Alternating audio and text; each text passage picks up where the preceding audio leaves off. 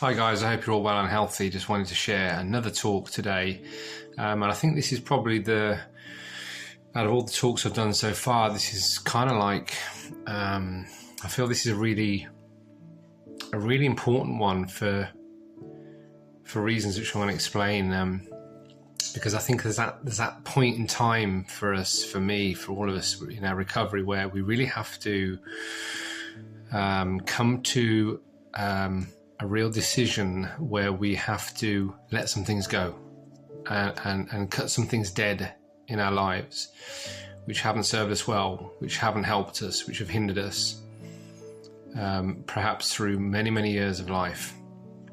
And there comes a real point where we really have to cut things and be quite brutal about that, I think, in order for us to make the best of our lives, however long we've got. So I've entitled this talk today, Cutting Things Off in Order to Grow.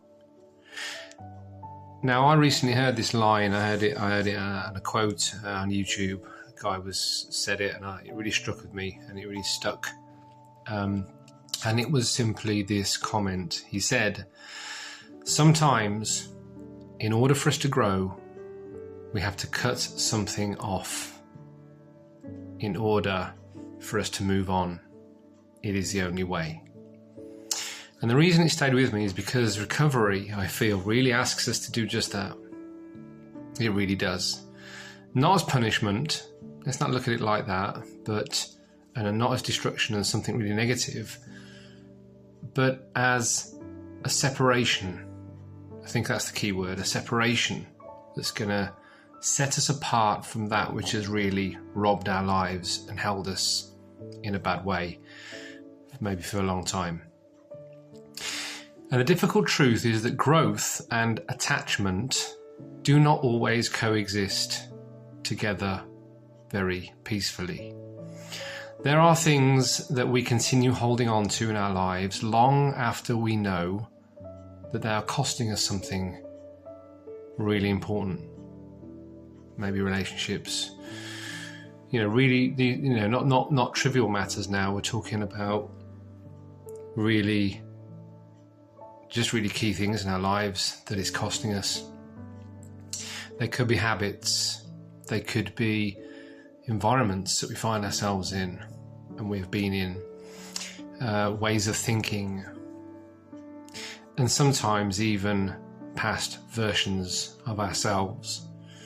And part of recovery, I think, is recognizing, when something no longer belongs in our life, even if at one point it felt entirely necessary for us.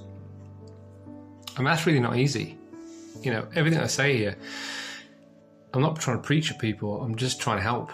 I know none of this is easy. I know it's a journey, and I know we're going to sometimes get things wrong and mess up and perhaps relapse. We don't want to, and I'm not advocating that. I'm trying to steer us away from ever doing that.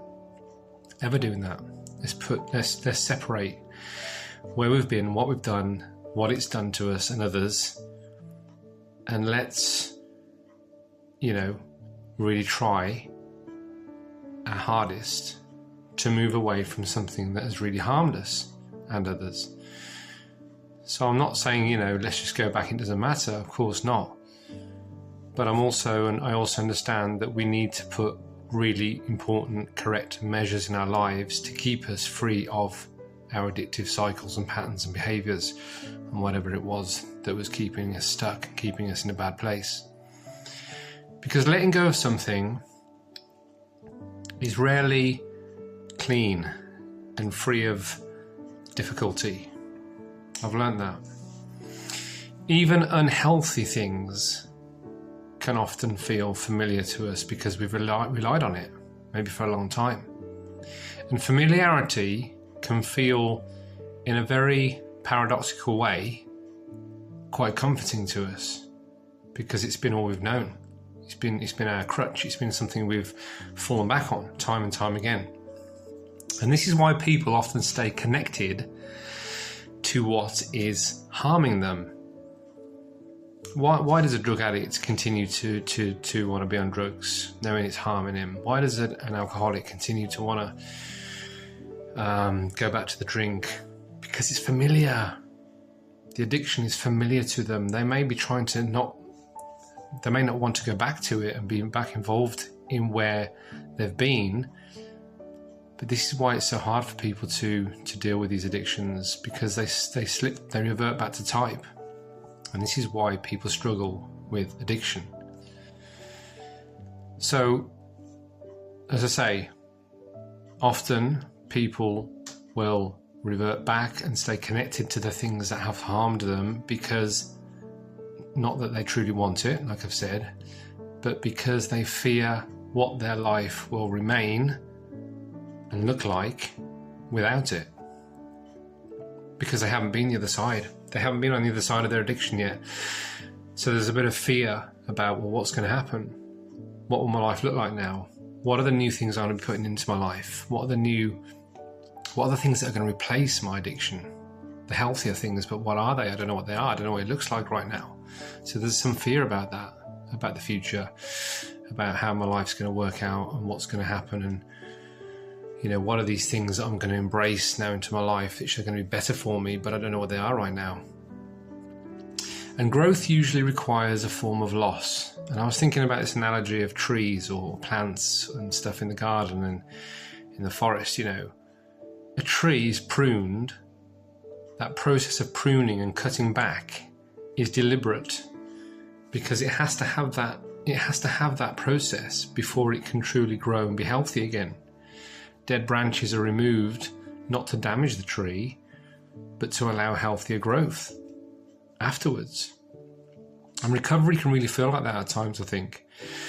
We begin to notice what drains us and what weakens our clarity and what repeatedly pulls us away from the life that we're trying to build.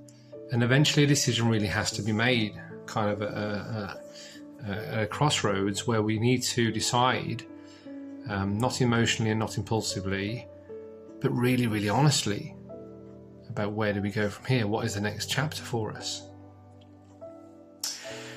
And I think we can ask this question, and it'd be right to ask this question of this: can I continue carrying this and still become the person I'm trying to become? And that question really matters. It really matters. Because not everything can come with you into the next phase of your life. Not everything. Some things, but not everything. Because if you want to be different to what we've been, we can't continue in the same vein that we've been in, which hasn't served us well and hasn't been healthy. There has to be a letting go of some things. Some things only survive in the version of you that is trying to heal. I'll say it again. Some things only survive in the version of you that is trying to heal. And I think in that there is a sense of grief, 100%. People often speak about growth as though it's just really entirely positive, and it is. But real growth can really feel uncomfortable, and let's not shy away from that, and let's not dismiss that. Growing pains when you're a kid, when you're an adolescent, it's uncomfortable. It's a little bit like that. Because part of you understands the value of moving forward, whilst another part of us is still attached to what is left behind. And there's a tension. And that tension is normal, I think, when we're trying to move into our recovery. But what I found is that staying attached to what continually harms us does not create peace. It doesn't. It creates stagnation. And over time, stagnation, where we're stuck in that moment and stuck in that place, becomes, I think, its own kind of suffering in a way. And so recovery asks for honesty. And I've said this from day one. Honesty from here on in is the most important thing you and I can ever be and ever do.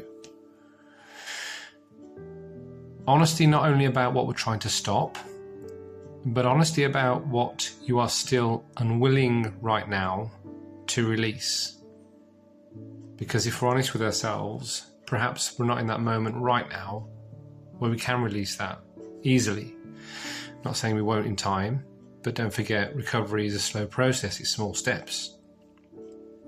Because freedom is not only about resisting destructive behaviour, but it is also about removing what quietly keeps feeding it.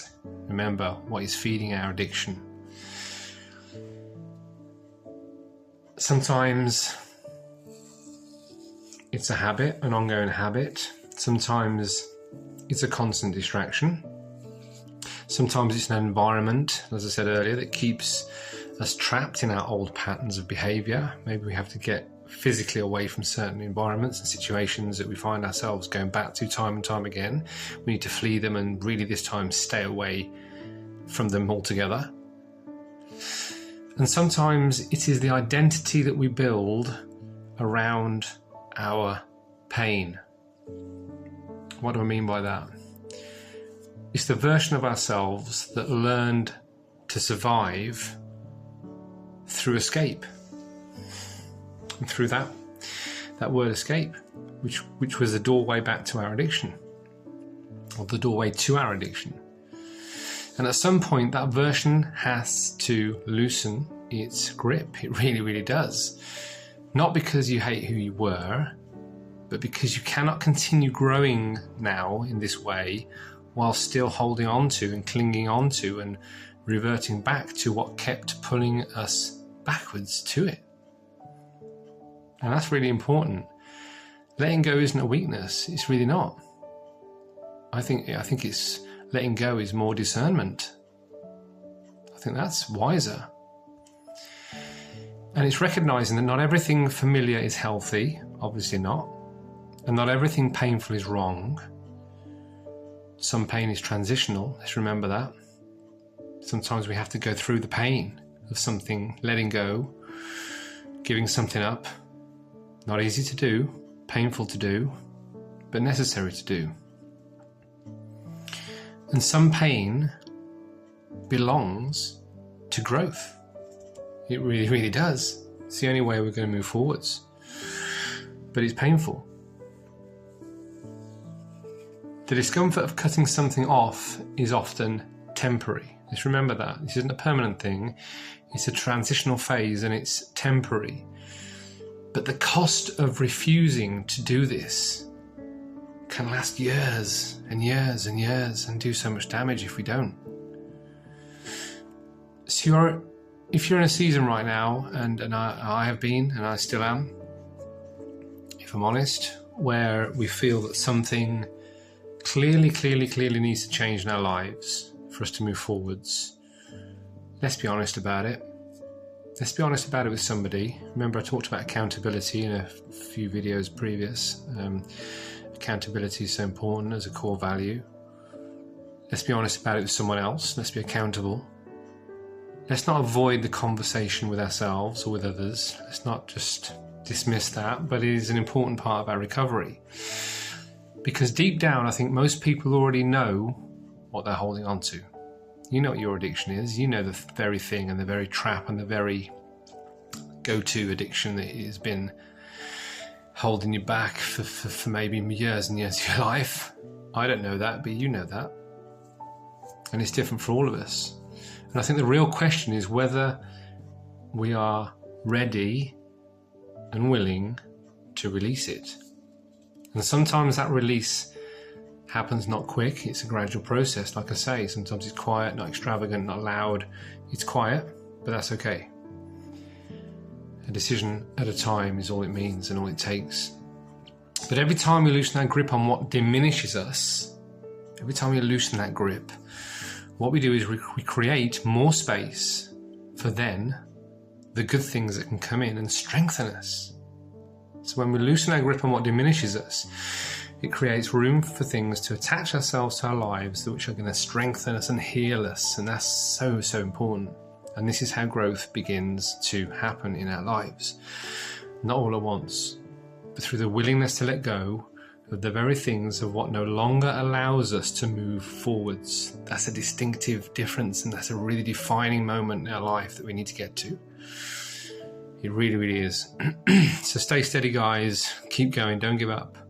Take it at a time. Be kind to yourselves. And I'm championing you on through your journey. I really am supporting you from a distance, but everything I say, everything I do in this channel, on the talks, is just to help you guys out. I've been on a journey myself. I'm still on a journey myself. I want to get from here to here. I know there's a whole load of things I need to do in that between moment, in that between gap, in that transitional gap. But everything you do within that timeline will equip you and will help you to move forwards and not go backwards. Guys, take care. I'll see you on the next talk.